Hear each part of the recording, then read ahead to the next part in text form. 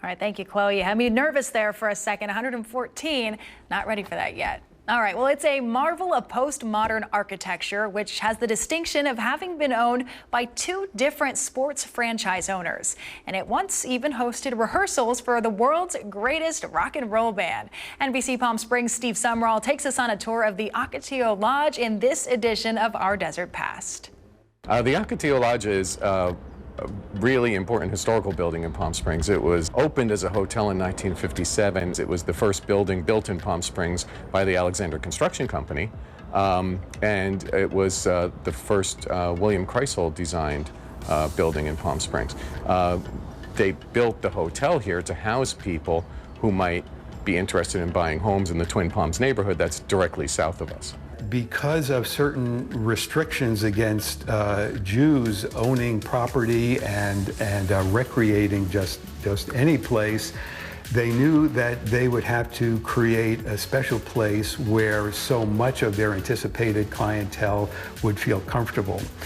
They built the Ocotillo Lodge as the place for their prospective homeowners from Los Angeles to come out here and to stay where they wouldn't encounter the restrictions or the prejudices that they would at other locations. So there were approximately 90 homes for sale near the Ocotillo Lodge. Usually developers would construct several model homes to show potential buyers.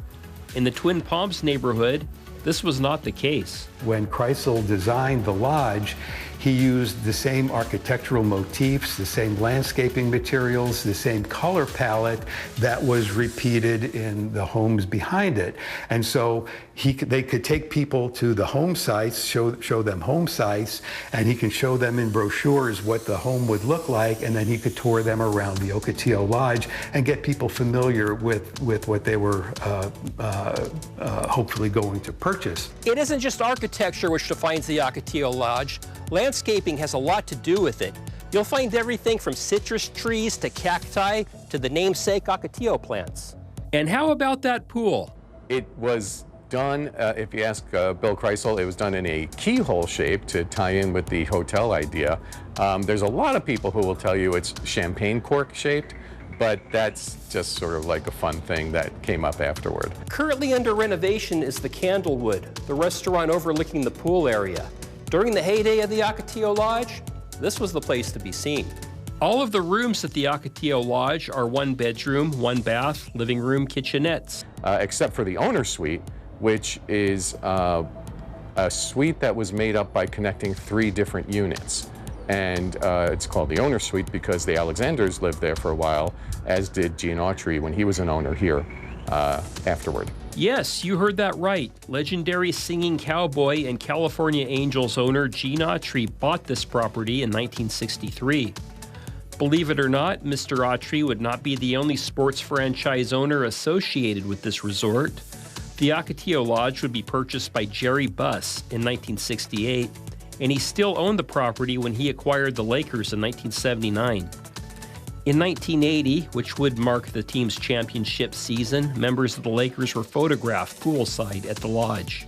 In addition to Magic and Kareem, I asked Tony Vadaro, the Ocotillo Lodge Homeowners Association president, if any other celebrities have made their way here. There's a couple people who've rumored to have stayed here, and if you walk around the grounds, you'll see a lot of the units on their doors have the Lucille Ball suite or the Marilyn Monroe suite. Of course, that's hard to verify after all this time.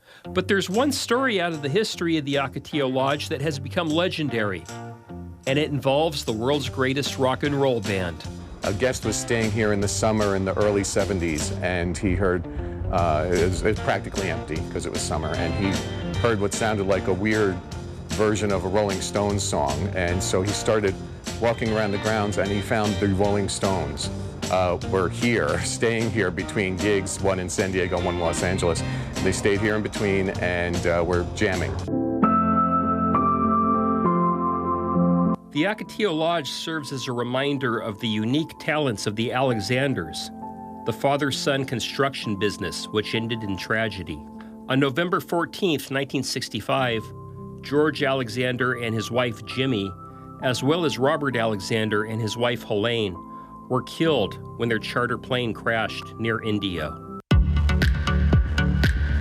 The Ocotillo Lodge still serves the Palm Springs community, but it caters to people who are interested in staying for a more definite period of time. These rooms are now condominiums. And recent renovations are underway to restore some of the structure's former glory. But the paint scheme that you see around here is utilizing colors that were in Bill Kreisel, the architect's original color plan. It's not the exact same look that it would have had in 1957. There's a little bit of modification as far as what's painted, but it is the same colors. For Our Desert Past, Steve Sumrall, NBC Palm Springs, News First.